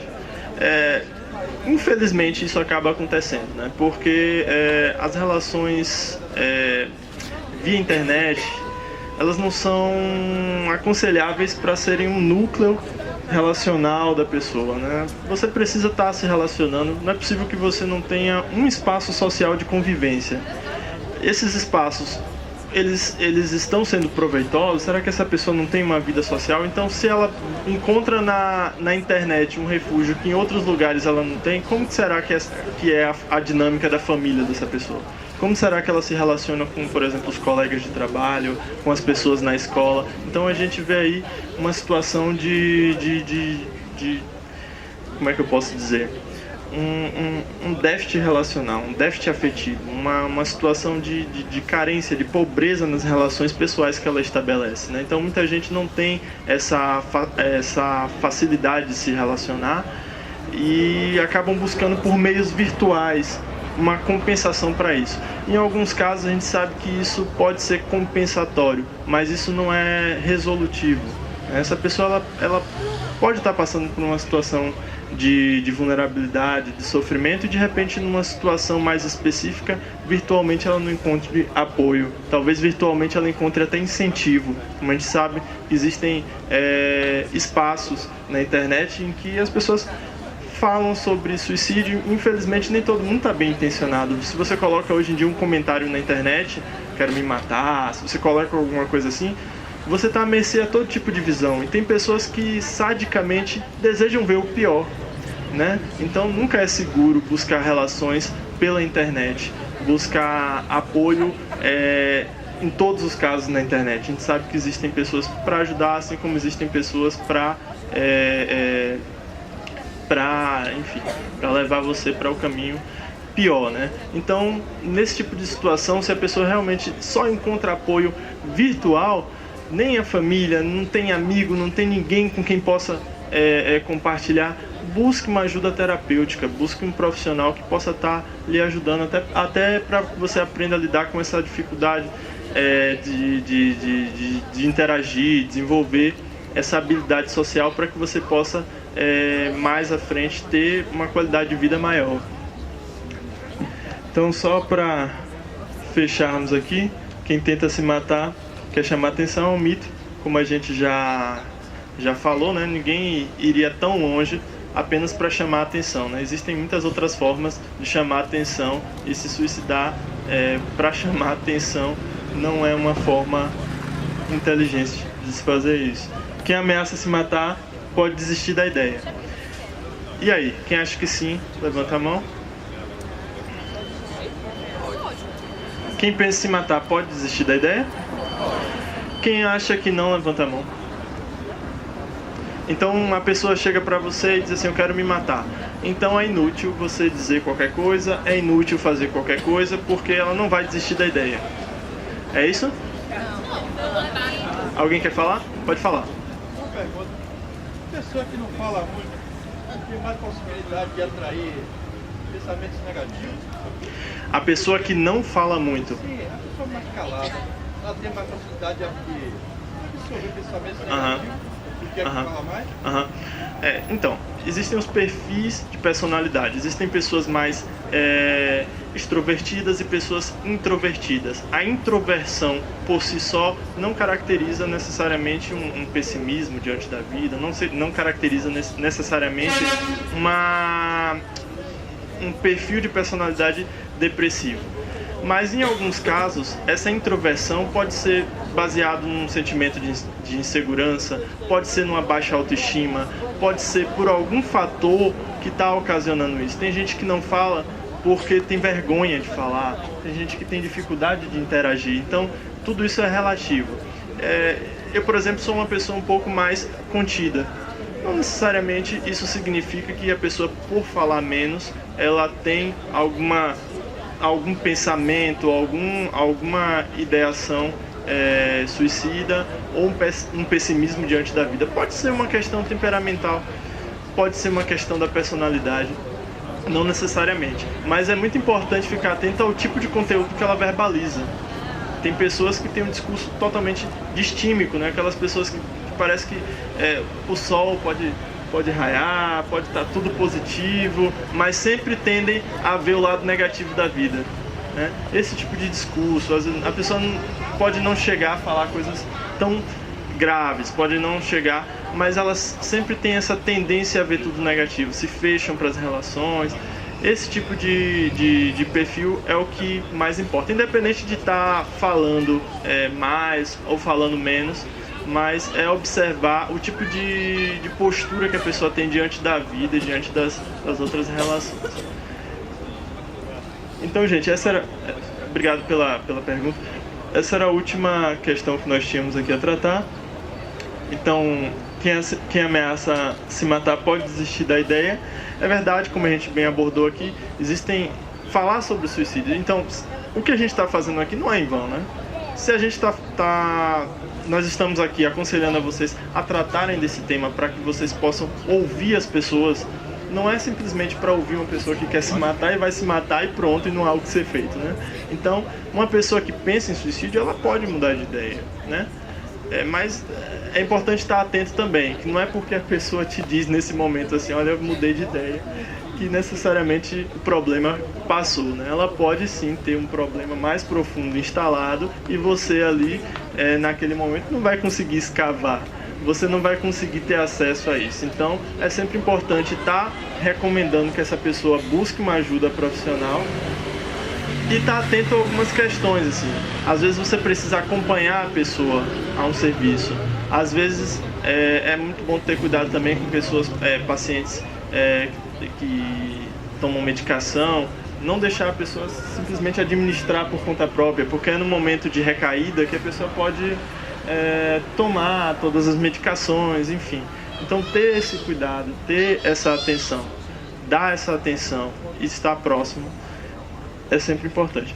Eu coloquei aqui alguns números que podem ser úteis, né?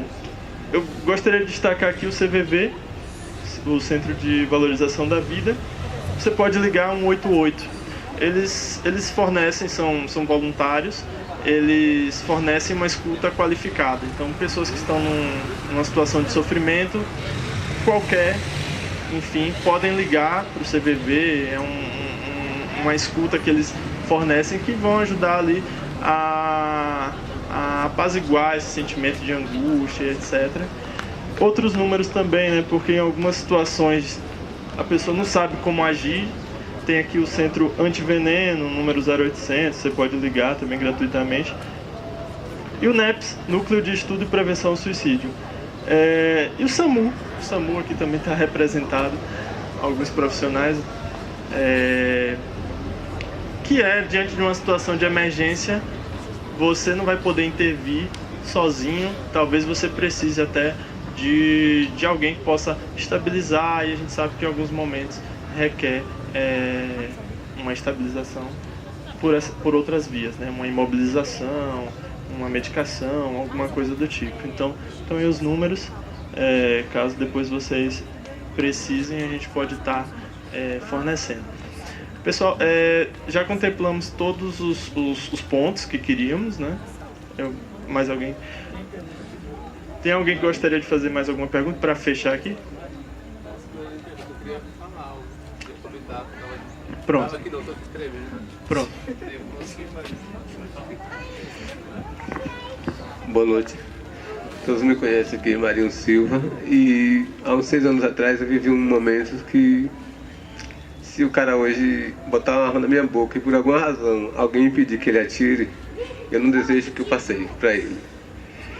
Foi quando eu perdi meu filho. Ele deu entrada no Open Cruz das Almas, transferiram para São Félix, que nos primeiros meses depois da perca dele, eu queria ter dinheiro suficiente só para eu quebrar a pedra do cavalo para alagar aquela cidade com raiva do hospital, porque foi falha deles.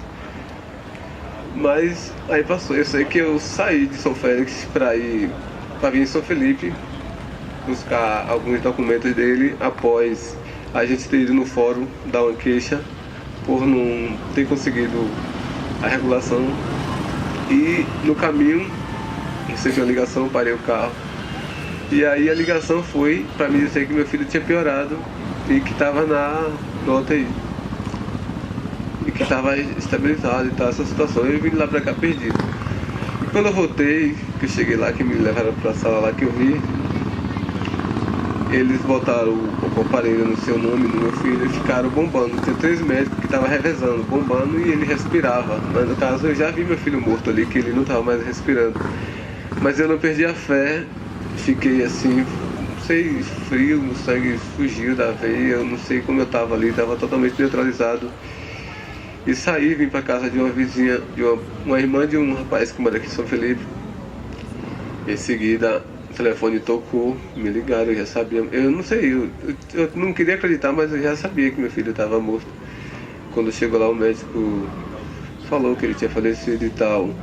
Eu fiquei sem reação nenhuma, eu deu vontade de abrir o peito e esmagar o coração com as próprias mãos de da dor que era.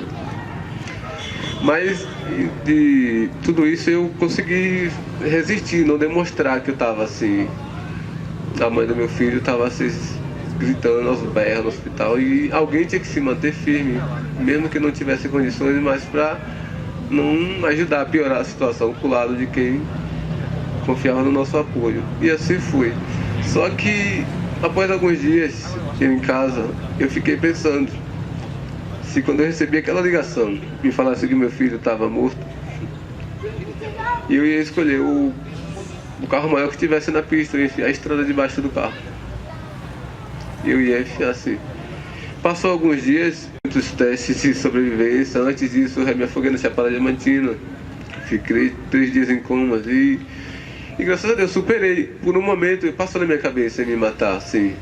Mas hoje, já por várias vezes, eu já dei conselho a várias jovens por ter acontecido atos com elas, que elas se conversam comigo bastante no Zap, no Face, continuo dando conselho até hoje, as pessoas que me procuram.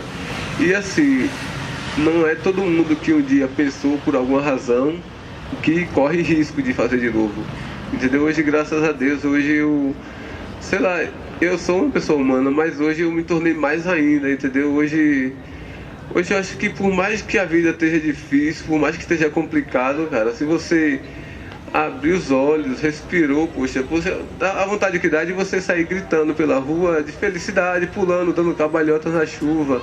Então por isso que às vezes hoje as pessoas, alguns colegas, falam assim, rapaz, você é louco, como é que você faz isso? Porque eu não sei, eu consigo ser uma pessoa assim, que se você me fizer um mal aqui hoje, as pessoas é assim, você faz um mal a ela hoje, amanhã ela passa por você desconfiada. Se você fizer um mal hoje pra mim e amanhã você precisar de ajuda, poxa, eu vou te abraçar sorrindo. Eu não guardo mágoa, eu já não guardava antes, eu aprendi a fazer isso hoje, entendeu? Mais ainda.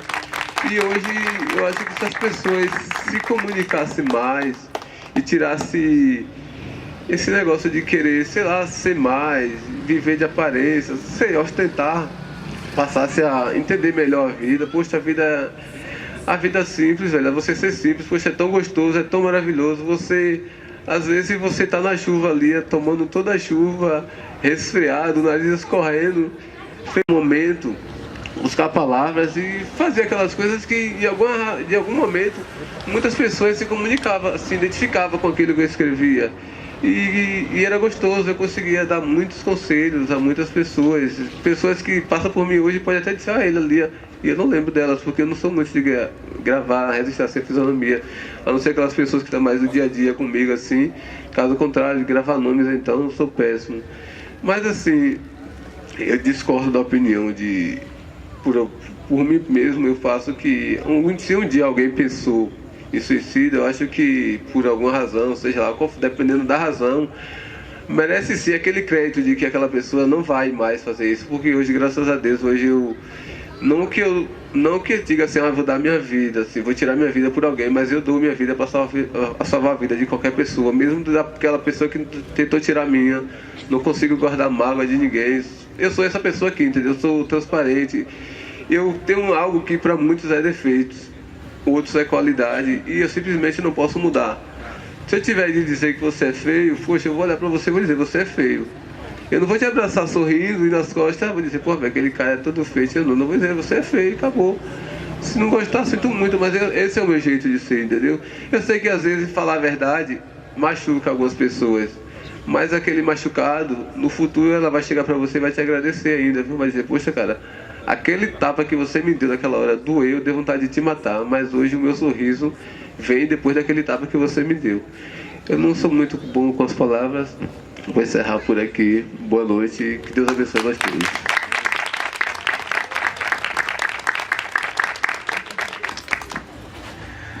Nossa, depoimento lindo, né? Alguém gostaria mais de falar alguma coisa pra gente fechar aqui? Então é isso, pessoal. É uma história muito interessante, mostrando pra gente que é possível sim a gente passar por uma situação em que a gente acha que não tem chão, não tem saída, mas mais à frente a gente observar o quanto a vida vale a pena, o quanto a vida é bela, o quanto a gente pode enxergar um horizonte que antes pra gente não era possível, né?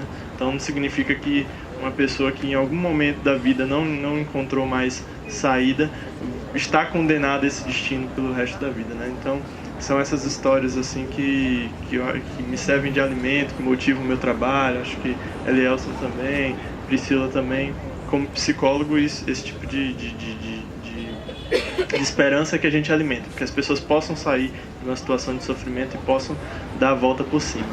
Então, vamos fechar por aqui, tá? Eu quero agradecer a vocês. Nós prolongamos aqui um pouco tempo. Os meninos vão cantar, ok? Sim.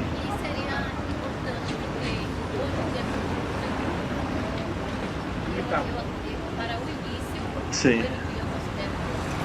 Eu gostaria que tivesse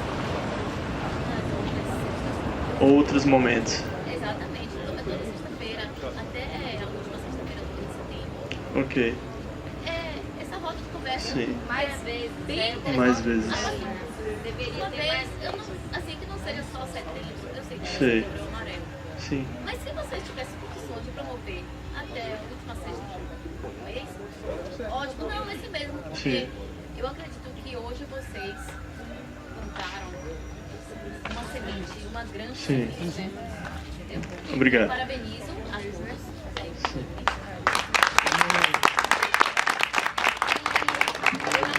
Na próxima roda de conversa, tudo será maior. Assim esperamos. Eu também me coloco à disposição, acredito que outras pessoas também. E que bom que vocês gostaram, que bom que a gente pôde, todo mundo aqui pôde trazer uma contribuição, tanto os profissionais quanto as pessoas que estão aqui com a dúvida, com a fala. E assim, eu acho que seria válido sim ter outros momentos como esse para a gente estar tratando esses temas e outros temas também que não são tão tratados, não são tão falados, e quando a gente senta assim numa roda de conversa é um momento caloroso, é um momento em que a gente se sente à vontade para falar e tocar nessa intimidade, nesses assuntos tão difíceis, né? E agora, quer completar? Ok. A lua tá amarela. Eu não tô vendo, mas verdade, a lua tá amarela. fechando esse momento aqui maravilhoso. Muito bom. Eu queria agradecer a presença de todos. Como Celina falou, eu acho que o público, para o primeiro momento, contemplou, né? A gente teve um número bom de pessoas e a sementinha foi plantada assim. Eu queria agradecer a equipe do NASF, que contribuiu significativamente, né, com esse evento, ao NAP, a Elielson, a Valdomiro, a Ed, ao Anderson, a toda a equipe do CAPES, a Eliane, que teve o maior cuidado com as lembrancinhas. Eu acho que é a gente fazer o trabalho em conjunto, né? A gente constituir a rede da forma que ela precisa ser constituída e fazer a rede da forma que ela deve ser feita, né? Não uma andorinha só não faz verão, isso é a realidade. Precisamos uns dos outros para nos ajudarmos e para fazer, né, com que o nosso trabalho ele prospere, para que a gente possa passar um pouquinho do nosso conhecimento para toda a população, né? Então eu queria agradecer por ter visto que a rede hoje aconteceu, agradecer a educação, a Celina enquanto professora, alguns professores que estiveram aqui, que se disponibilizaram a ouvir um pouco sobre o assunto. Queria agradecer a Genilson, obrigada, a JC, a Tonho Lessa, a todos, a Dilson, por ter nos cedido a caixa de som, enfim, é isso aí, é um trabalho em conjunto e que surtiu efeito. Então, muito obrigada. Eu queria passar para a Genilson para ele finalizar com um louvor. Quer agradecer, Elielson? Quer?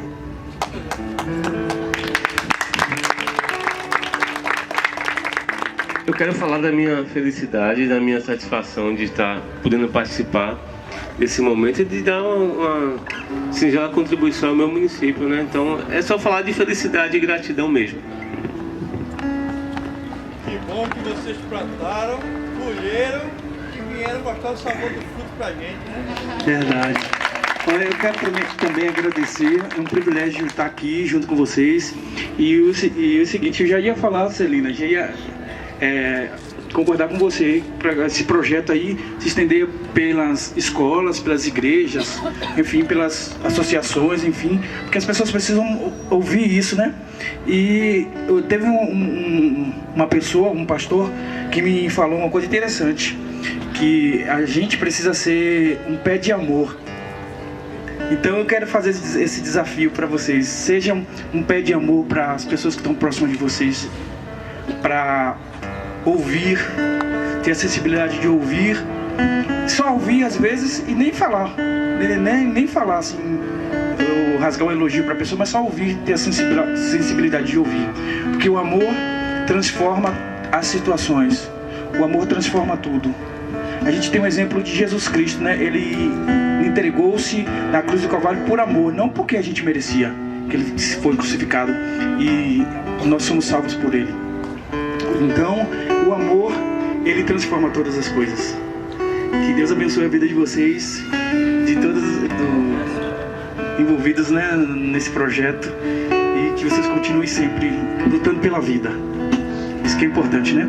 E vamos fazer o seguinte, só para encerrar, eu queria que vocês ficassem em pé, pra gente cantar o refrão da música. Não sei se vai dar tempo de cantar toda, mas a gente canta pelo menos o refrão, que é uma música que ficou muito conhecida no Brasil, que é Raridade, onde fala que nós somos a imagem e semelhança de Deus, não é verdade? Então nós somos o melhor de Deus. Deus sonhou com cada um de nós. Individualidade, diferentes uns do outro, mas acima de tudo nós somos o sonho de Deus. Então olha para alguém que está de você e diga assim: você é o melhor de Deus. Fala assim: você é o melhor de Deus. Diga assim: você é lindo, você é linda. É isso? A beleza de Deus está em nós. Abraça isso. Valeu. A gente vai encerrar falando. Assista o refrão. Você é um espelho que reflete a imagem do Senhor. Não chore se o mundo ainda não notou. Deus reconhecer o seu valor. Você é precioso, mais raro que o ouro puro de Ofir. Se você desistiu, Deus não vai desistir. levantar. Se o mundo te fizer cair. Mais uma vez, bem alto, quero ouvir. Você é um espelho que reflete a imagem do Senhor.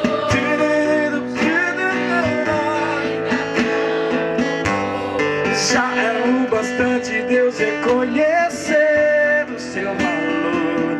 Você é precioso, mais raro que o ouro puro de Ofir.